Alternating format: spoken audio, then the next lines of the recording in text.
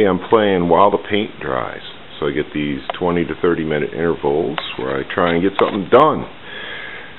One of them that was on my fun list was to turn these old Sharpays here, something a little more plump, maybe a chow dog. Yeah, I got some two-stage foams. Had to run down here and make myself a tire press because I gave the prototype away. But this has got the hardware that I'm going to be using. This is the exact hardware. These are stainless steel rods, 6-inch preformed. Nice, not cut and sanded and all that. These are factory things. They just come really dirty. They come filthy black looking. I have to brush them and oil them and rag them and all this crap to make them nice and shiny. But luckily the acorn nuts, not so much. So yeah, tire press to help me put the big puffy pillows inside these skins. Yeah. Alright, well, I'm just as curious as anybody to see what's inside the big white package. Compare the foams. The foam comparison. Oh wow. Big pillows. Good lord.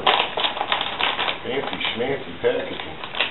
This is a Ziploc dingus. So you can keep your foams all skunky fresh. Wow. I don't think there's any comparison. Well, there is a comparison. Let's compare them. Yes, there's a comparison. This one's smaller. So this is really stiff. This is squishy. This is stiff. This is that memory foam. Slow rebound foam with a dense core. Wow. This should be entertaining. Trying to get this slabbed up into the skin here. Yeah. Alright, well I'll try and stay out of the way. Yeah, this is going to go in that. I got a ProCat tip. It's to roll the thing up into like a ball, get it in there then, and then let it do its thing once it's inside. So it's not so intimidating. Yeah, you let it do its thing. Show you a massage, handy dandy tire press. Wow, that thing's a lot puffier than the other ones. Okay. Now with this. Wow, it's really, really, really puffy. Okay. Yes. Loosen it up just a little more for positioning. And what I like to do is I just like to get it in the center. I've got a nice room for my bead lock to get down. But I also want my rim to be in the center, even if the tire is off of the bead lock a little bit or whatever. The thing you're working on is the rim. Squish it down. Squish it down. As I'm squishing, I'm just kind of making sure everything's going to line up the way I want. Seems like it. I can hold it down and rapidly engage the knobs. Just spin right down the nicely brushed and oiled rods, which are stainless steel. Okay, so now I've got my thing under my control. I can wiggle it around a little bit. I can do my massaging routine, which is basically all bead insertion is giving it some love. A little digital manipulation before you slam that screw in the hole.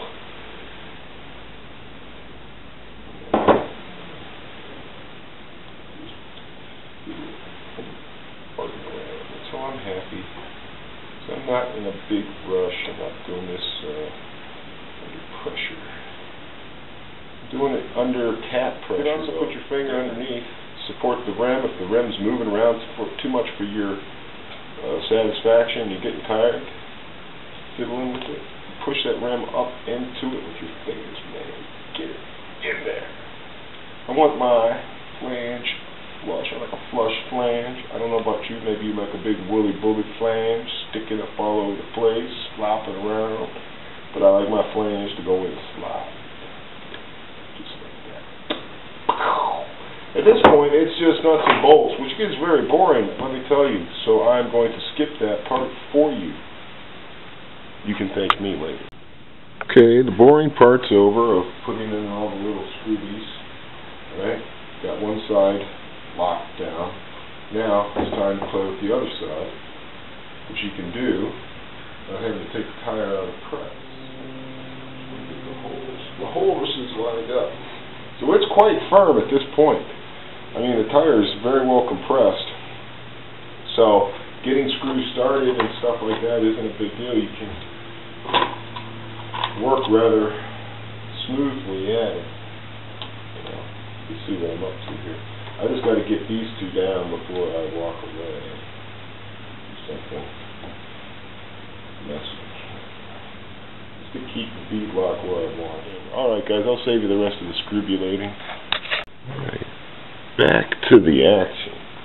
It's all been scrubulated up. I'm happy with how it looks pretty much, for the most part. It's time for the grand puffining. Let's bring these babies on up.